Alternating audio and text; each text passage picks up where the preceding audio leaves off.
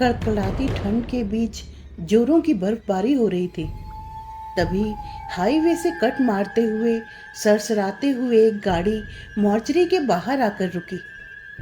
गाड़ी के रुकते ही उस गाड़ी के दोनों ही दरवाजे खुल गए। उसमें से एक औरत प्रियंका और एक आदमी मोहन निकलकर सीधे मॉर्चरी के अंदर भागे। वहां पहले से ही एक इंस्पेक्टर रोहित मौजूद था और उसके साथ ही उस मॉर्चरी का इंचार्ज भी, जो नशे में धुत बीड़ी पी रहा था। इंचार्ज बोला, तुम्हारा ही लड़का मरा है क्या? इधर आओ, लाश दिखाता हूँ। तो इंस्पेक्टर कहता है, ए पागल हो गया है क्या? कैसी बातें कर रहा है? बच्चा मरा है उनका। इंचार्ज बोला, साहब रोज किसी ना किसी का कोई मरता ही रहता है, किस किस का ख्याल करूं? इंस्पेक्टर बोलता है, चर्बी चढ़ गई है तुझे, चल साइड हट। इंस्पेक्टर उन आदमी और औरत से माफी मांगता है और कहता है, आइए इधर आइए। इंस्पेक्टर माफी मांगते हुए उन्हें सफेद चादर से ढकी लाश के पास ले गया। प्रियंका कहती है, आपने तो अस्पताल के लिए कहा था और अब मॉर्चरी में एक लाश के पास लाकर खड़ा कर दिया। ये कैसा मजाक कर रहे हैं आप मेरे साथ? विक्रम को तो हम अभी एक हफ्ते पहले ही हॉस्टल छोड़कर आए थे, वो कितना खुश भी था।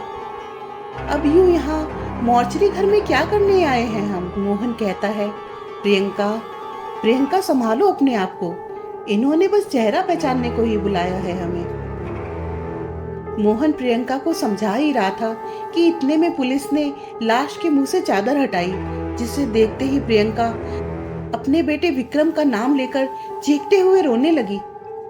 जवान बेटे की लाश को देखकर मोहन भी अपने आप को रोक नहीं पाया और फूट फूट कर रोने लगा। फिर न जाने क्यों मोहन को क्या हुआ, वो सीधा उठा और इंस्पेक्टर के गिरेबान को पकड़ते हुए उसे दीवार से सटा दिया।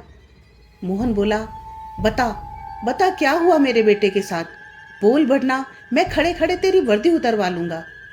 मोहन के यूं बदतमीजी पर उतर आने के बाद इंस्पेक्टर, जो अब तक शांत था, वो एकदम से भड़क उठा। फिर उसने मोहन के हाथों को झटकते हुए कहा, होश में रहकर जवान खोलिए मोहन खन्ना, मैं आपके टुकड़ों पर पलने वाला कुत्ता नहीं हूँ जो आपकी धमकियों से डर जाऊंगा। अगर अभी आपने अपना बेटा नहीं खोया होता तो मैं आपको बताता कि खड़े खड़े और भी क्या करा जा सकता है। खैर, आपके बेटे की लाश विक्टोरिया हॉस्टल के पीछे बरामद हुई है। प्रियंका बोली, मेरा बेटा पढ़ने गया था वहां और अब लाश बनकर लौटा है, आखिर ऐसा क्या होता है वहां? इंचार्ज बोला, मौत का तांडव होता है वहां। ये कोई पहली लाश नहीं है जो वहां से आई है, पहले भी कई मौत हो चुकी हैं वहां, पर गुत्थी कोई नहीं सुलझा पाया। जिसने भी कोशिश की उसकी मौत हो गई। इंस्पेक्टर बोला, खन्ना सर, आपसे वादा रहा, ये गुत्थी मैं ही सुलझाऊंगा और उन्हें जेल तक पहुंचाकर ही दम लूंगा, फिर चाहे उसके लिए कुछ भी करना पड़े। इंचार्ज बोला, जवान हो, जोश है, कर लो कोशिश, बाकी समझदार तो दूर ही रहते हैं यहाँ से। इतना कहता हुआ मॉर्चरी का वो इंचार्ज बाहर चला गया और जाते जाते इंस्पेक्टर को ये चुनौती भी दे गया। वो क्या, कोई भी इस केस को नहीं सुलझा सकता क्योंकि इसके पीछे कुछ रहस्यमयी है। लेकिन इंस्पेक्टर भी अब ये ठान लेता है कि वो अब सच का पता लगाकर ही रहेगा। इंस्पेक्टर रोहित अगले ही दिन हॉस्टल में एक कॉलेज स्टूडेंट बनकर पहुंच गया, लेकिन वहां पहुंचते ही उसे बहुत अजीब लगता है और वो सोचने लगता है कि एक पहाड़ी के अंत में यूं खाई के पास भला कौन हॉस्टल बनाता है? भला ऐसी जगह पर कोई अपने बच्चे को कैसे छोड़ सकता है, वो भी खन्ना जैसे लोग? हॉस्टल को देखते ही ये वीरान जगह लगती थी। रोहित हॉस्टल में जा ही रहा होता है कि तभी उसे हॉस्टल का एक चौकीदार रोकता है। चौकीदार पूछता है, कहाँ चले बाबू? रोहित बोला, हॉस्टल में एडमिशन लेना है। चौकीदार बोला, एडमिशन लेना है तो रात में आइए, दिन में यहाँ कोई काम नहीं होता। रोहित, क्या दिन में कोई काम नहीं होता, क्यों? तो चौकीदार बोला, अरे नहीं होता है मतलब नहीं होता है, क्या क्यों कैसे ज्यादा सवाल ना करो बाबू, चले जाओ। रोहित सोचता है, बड़े अजीब नियम कानून हैं। रोहित ने अभी अपनी बात पूरी भी नहीं की थी कि इतने में वो चौकीदार वहां से निकल गया। रोहित ने भी सोचा, अगर पूरा सच जानना है तो ठंडे मिजाज से काम लेना होगा, इसलिए वो रात होने का इंतजार करने लगता है। वहाँ हॉस्टल के गेट पर बैठे बैठे सुबह से शाम हो जाती है, पर वहाँ कोई हलचल नहीं होती। यहाँ तक कि शाम के बाद रात ने भी अपनी घनघोर चादर ओढ़ ली थी, लेकिन हॉस्टल अब भी उतना ही वीराना था, जैसे वहाँ कोई रहता ही ना हो। रोहित को अब ये यकीन होने लगा था कि इस हॉस्टल में अब कुछ भी नहीं है, इसलिए वो वहाँ से निकलने को होता ही है कि तभी पीछे से एक आवाज आती है। चौकीदार आवाज देता है, कहाँ जा रहे हो बाबू, अंदर आओ, एडमिशन नहीं लोगे? रोहित को ये आवाज जानी पहचानी लगी। पीछे मुड़कर देखा तो अंदर वही चौकीदार था जो सुबह बाहर था। वो रोहित तो पूरे दिन बाहर बैठा था, फिर वो चौकीदार अंदर कब आया? चौकीदार बोला, ज्यादा सोचो मत बाबू, एडमिशन लेना है तो अंदर आ जाओ। रोहित उस चौकीदार के पीछे पीछे चल देता है, पर गेट से लेकर अंदर रिसेप्शन तक जाते हुए कुछ भी नॉर्मल नहीं था।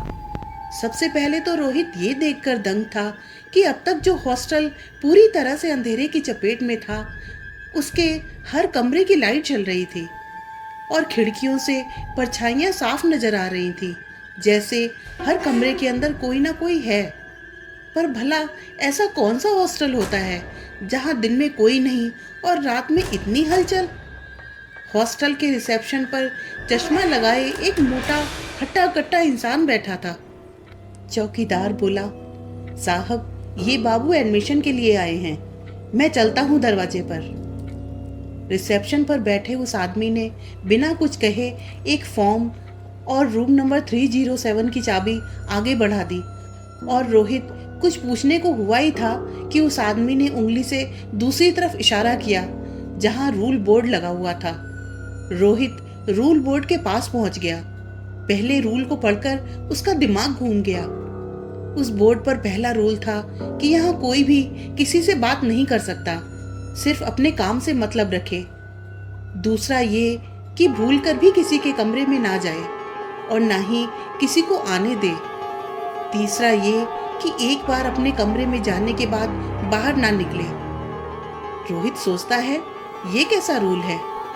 जोर से कहते हुए रोहित जैसे ही पीछे की ओर मुड़ा, वहां कोई था ही नहीं, ना ही मेन गेट पर चौकीदार और ना ही रिसेप्शन पर वो आदमी। रोहित बिना कुछ और सोचे अपने कमरे की ओर चल दिया। रास्ते में सभी कमरे ऐसे बंद थे जैसे वहां कोई रहता ही ना हो। फिर वो अपने कमरे 307 में पहुंचकर अपना बैग रखकर अपने कमरे को चारों तरफ से देखने लगा। तभी बाहर से जोर से किसी के चीखने की आवाज आई और रोहित उसी चीख के पीछे अपने कमरे से बाहर निकल गया, लेकिन उसे कोई नहीं दिख रहा था। हॉस्टल की लाइटें अब पहले की तरह शांत नहीं थीं, बल्कि थरथरा रही थीं। इधर रोहित ये सोचकर हैरान था कि इतनी तेज चीख सुनकर भी सब कुछ शांत कैसे था, जैसे किसी को कोई फर्क ही नहीं पड़ रहा हो। कोई अपने दरवाजे को खोलने को तैयार ही नहीं था, इसलिए रोहित खुद सामने के दरवाजे पर दस्तक देने लगा। रोहित बोला, भाई मैं रोहित, इस हॉस्टल में नया आया हूँ, जरा दरवाजा खोलो। अंदर से कोई जवाब नहीं आया। रोहित तीसरे फ्लोर के सभी कमरों के दरवाजे को आजमा लेता है, लेकिन कोई बाहर निकलने को तैयार ही नहीं था। फिर अंत में वो एक दरवाजे को धक्का देकर तोड़ देता है। अंदर कमरे का हाल ऐसा होता है मानो आग लगी हो। जमीन पर एक कंकाल पड़ा था जिसका आधा शरीर जला हुआ था। रोहित उल्टे पांव बाहर निकलता है, तभी देखता है कि इस पूरे हॉस्टल में आग लगी हुई है और कमरे के अंदर से धुआं निकल रहा है। जिन कमरों में दस्तक देने पर भी कोई दरवाजा नहीं खोल रहा था, अब हर कमरे से दरवाजा खोलने को अंदर से कोई चीख रहा था, मदद मांग रहा था कि दरवाजा खोलो, अंदर आग लगी है, पर उन्हें कोई सुनने वाला नहीं था। रोहित ने जैसे ही एक दरवाजा खोलने की कोशिश की कि तभी आग की एक लपट उसकी तरफ पड़ी और उसके कपड़ों में आग लग गई। रोहित शरीर पर लगी आग की लपटों को बुझाते हुए ऐसे घबराया कि वो कब सीढ़ियों पर पहुंच गया उसे पता ही नहीं चला। और तभी वो सीढ़ियों से फिसलता हुआ नीचे गिर गया। उसके कपड़ों पर लगी आग बुझ गई, पर अब वो पूरी तरह से घायल हो गया था। दर्द से कराहते हुए उठ ही रहा था कि तभी उसकी नजर चौकीदार पर गई और वो उसी की तरफ बढ़ गया। रोहित ने उसे आवाज भी दी, पर वो पीछे नहीं मुड़ा, बस भूत बने आग को देखता ही रहा। और उसके आगे उस रिसेप्शन वाले आदमी की आधी जली लाश पड़ी थी। रोहित बोला, चाचा क्या हो रहा है यहाँ? और ये आग यहाँ कैसे लगी? और इन्हें क्या हुआ? अरे किसी को मदद के लिए क्यों नहीं बुला रहे आप? चौकीदार बोला, मदद के लिए बहुत देर हो गया है बाबू। अब तो ये आग रोज चुभन बनकर सीने में जलती है। इतना कहते ही वो चौकीदार पीछे मुड़ा और रोहित के होश उड़ गए, क्योंकि वो भी बुरी तरह जला हुआ था। रोहित बोला, अरे ये क्या हुआ आपको? चलिए यहाँ से निकलते हैं और हॉस्पिटल चलते हैं।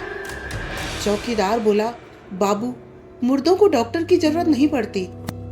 रोहित चकरा गया और बोला, मतलब? चौकीदार बोला, मतलब जानना है बाबू? तो ये देखिए फिर। इतना कहते ही चौकीदार रोहित को गिरेबान से पकड़कर उसे कॉरिडोर की सबसे आखिरी दीवार पर सटा देता है और फिर उस कमरे से लाशें किसी जोम्बी की तरह बाहर निकलने लगी और धीरे धीरे रोहित की ओर बढ़ने लगी। पर रोहित दीवार से ऐसे चिपक गया था कि हिल भी नहीं पा रहा था। रोहित बोला, क्यों कर रहे हो तुम मेरे साथ ऐसा? क्या बिगाड़ा है मैंने तुम लोगों का? अरे तुमने तो उस बच्चे को भी नहीं छोड़ा जिसे तुमने कल मारा था। चौकीदार रोते हुए बोला, क्यों छोड़ता बताइए? जब हम लोगों को जिंदा जलाकर मारने वाला भी एक बच्चा ही है। बात दरअसल करीब 6 साल पहले की है, जब इस इलाके में सिर्फ एक ही हॉस्टल था, विक्टोरिया हॉस्टल। काफी नाम था इस हॉस्टल का, जिसे देखते हुए किसी और ने भी यहाँ एक नया हॉस्टल खोला और उसका नाम भी विक्टोरिया हॉस्टल रख दिया। और जब पुराने विक्टोरिया वालों ने इसका विरोध किया तो उन्होंने कहा, ठीक है, कल से आपको सिर्फ एक ही विक्टोरिया हॉस्टल देखने को मिलेगा। उसकी इस बात को सुनकर विक्टोरिया हॉस्टल वाले निश्चिंत हो गए। उन्होंने सोचा वो हॉस्टल का नाम बदलकर कुछ और रख लेंगे। क्या रखेंगे ये अगली सुबह पता चल ही जाएगा। लेकिन उस सुबह से पहले एक रात आई और उसी रात विक्टोरिया हॉस्टल में एक नया लड़का एडमिशन लेने आया। रिसेप्शनिस्ट ने उसे कमरा नंबर 307 दे दिया, इस बात से अनजान कि ये लड़का नए हॉस्टल वालों ने भेजा है, जिसने आधी रात में पहले हॉस्टल के सभी कमरों को बाहर से बंद करा और फिर पूरे हॉस्टल में आग लगा दी, जिसे वार्डन और चौकीदार भी नहीं रोक पाए और सब उस आग में झुलसकर मर गए। अब उन्हें क्या पता था कि कल से सिर्फ एक विक्टोरिया हॉस्टल दिखने का ये मतलब था। तब से लेकर आज तक जो भी रात को विक्टोरिया हॉस्टल की तलाश में निकला, उन्हें यही विक्टोरिया हॉस्टल मिला और बदले में मिली उन्हें मौत। क्योंकि विक्टोरिया हॉस्टल में जिसने आग लगाई वो बच निकला, इसलिए जो भी रात को यहाँ आता है वही विक्टोरिया हॉस्टल में मरे सभी लोगों की नज़रों में उनका हत्यारा बन जाता है।